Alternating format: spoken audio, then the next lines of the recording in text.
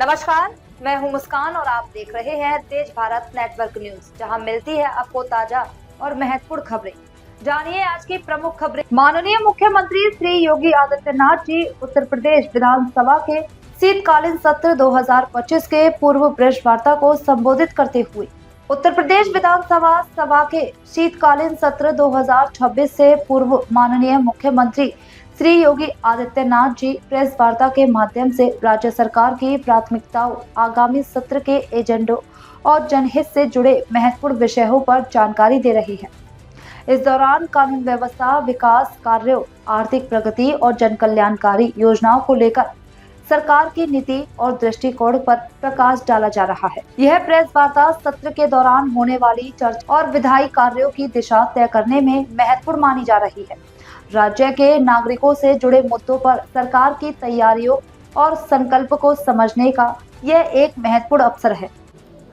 उत्तर प्रदेश की जनता के हित में और उत्तर प्रदेश के विकास से जुड़े हुए तमाम अन्य कार्यों को आगे बढ़ाने, विधायी कार्यों को आगे बढ़ाने और विभिन्न विभागों में जो नई मद हैं उनके लिए सप्लीमेंट्री डिमांड्स के लिए भी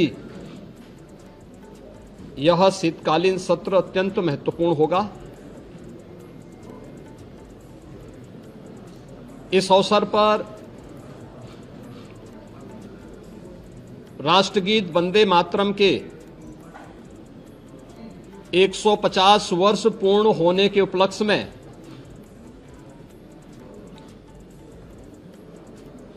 एक महत्वपूर्ण चर्चा और वंदे मातरम गीत के रचयिता के प्रति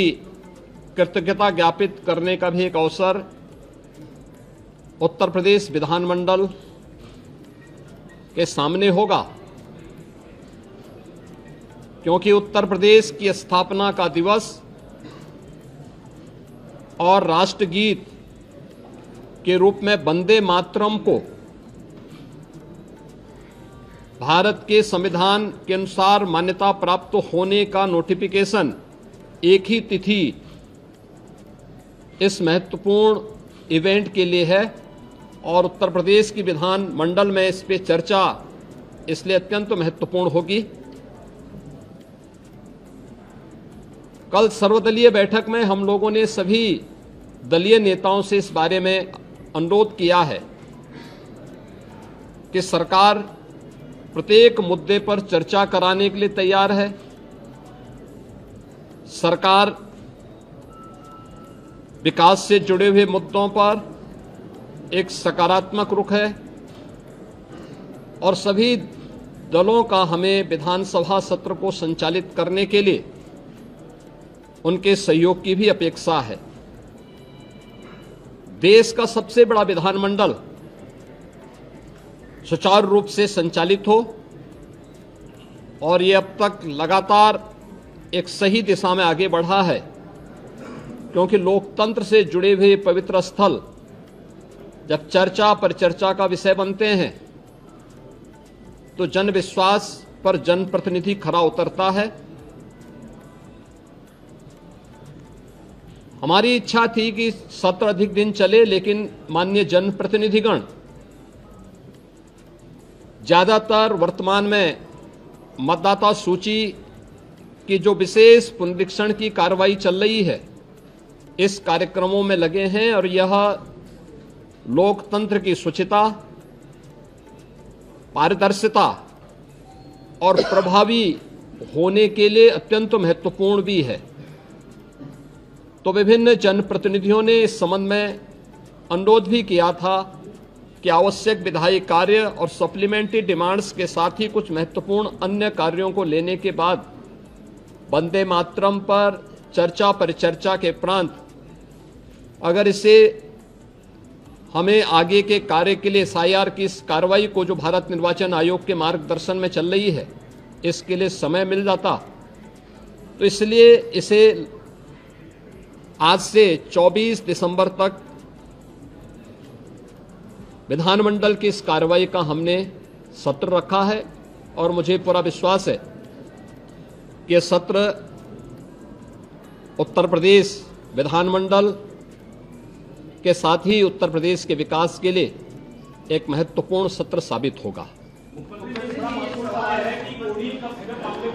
समाजवादी पार्टी लगातार सरकार पर आरोप लगा रही है, हर प्लेटफॉर्म पर आरोप लगा रही है, सरकार की तरफ से क्या कार्रवाई है? देखिए,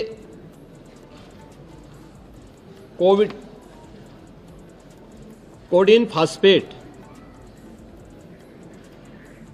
यह एनडीपीएस के अंतर्गत आने वाला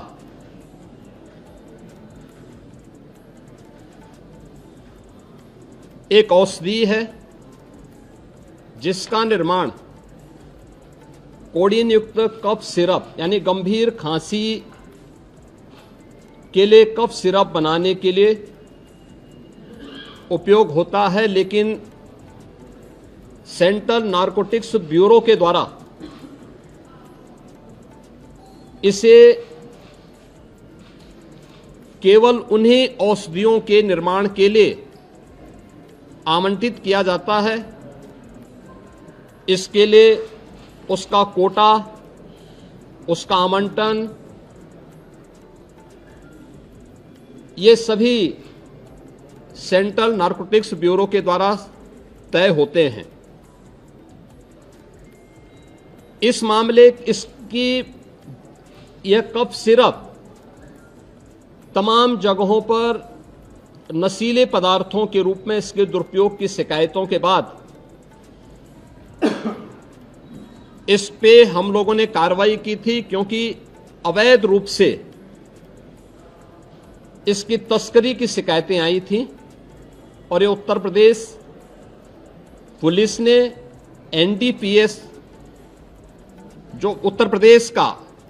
एफएसडीए विभाग है, इसके नेतृत्व में हम लोगों ने उसको एनडीपीएस के दायरे में लिया, क्योंकि माननीय उच्चतम न्यायालय ने भी इसको इस रूप में माना है और इस पे कार्रवाई प्रारंभ की है। यह कार्रवाई उत्तर प्रदेश सरकार के द्वारा एफएसडीए, यूपी पुलिस और एसटीएफ इनके द्वारा प्रारंभ की गई है, जिसमें अब तक हम लोग काफी बड़े पैमाने पर इसके अवैध तस्करी के प्रकरण को पकड़े हैं और इसमें व्यापक गिरफ्तारियां भी हुई हैं। यह हर व्यक्ति जानता है कि हर माफिया के संबंध समाजवादी पार्टी से रहे हैं और मुझे लगता है आज विधानसभा में तो कार्रवाई संभवतः नहीं चलेगी, क्योंकि विधानसभा के हमारे एक सिटिंग माननीय सदस्य के आकस्मिक निधन के कारण वहां कॉन्डोलेंस होगा, लेकिन विधान परिषद में हमारे विधान परिषद के नेता सदन इस मुद्दे को वहां पर अगर उठेगा तो जरूर इस मुद्दे को वहां पे रखेंगे, अन्यथा हमारी ओर से कोई माननीय सदस्य बाहर भी अगर सदन में उठेगा ठीक है, बाहर उठेगा तो बाहर भी उसका जवाब देगा। लेकिन प्रारंभिक जांच में सामने आया है कि उससे जुड़े हुए जिन अभियुक्तों को एसटीएफ या यूपी पुलिस की कार्रवाई में पकड़ा गया है, उनके कुछ संबंध समाजवादी पार्टी से सामने आए हैं और समाजवादी पार्टी जो अपने कार्य के अनुरूप जिसका जो बदनाम हो चुकी है और पहले से कुख्यात है, इस पूरे मामले में भी उसकी संलिप्तता आएगी, चूंकि एसआईटी एक राज्य स्तर की एसआईटी इस पूरे मामले की निगरानी कर रही है, जिसमें यूपी पुलिस, एफएसडीए, इनसे जुड़े हुए सभी अधिकारी मौजूद हैं। इनके अवैध रूप से तस्करी के साथ साथ इससे जुड़े हुए अन्य जो महत्वपूर्ण पहलू होंगे, किन किन लोगों के पास ये धन गया है, ये बातें भी सबके सामने आएंगी और इस बारे में पूरी रिपोर्ट आने के बाद ही इसके बारे में कुछ कहा जा सकता है। लेकिन ये जरूर मैं कह सकता हूं कि जो सपा प्रमुख के द्वारा कहा जा रहा है, ये वही स्थिति है कि यही कसूर मैं बार बार करता रहा, धूल चेहरे पर थी और आईना साफ करता रहा। यानी फोटो इनकी है उन माफियाओं के साथ, तो स्वाभाविक रूप से अवैध लेन देन में भी संलिप्तता कहीं ना कहीं सामने आएगी।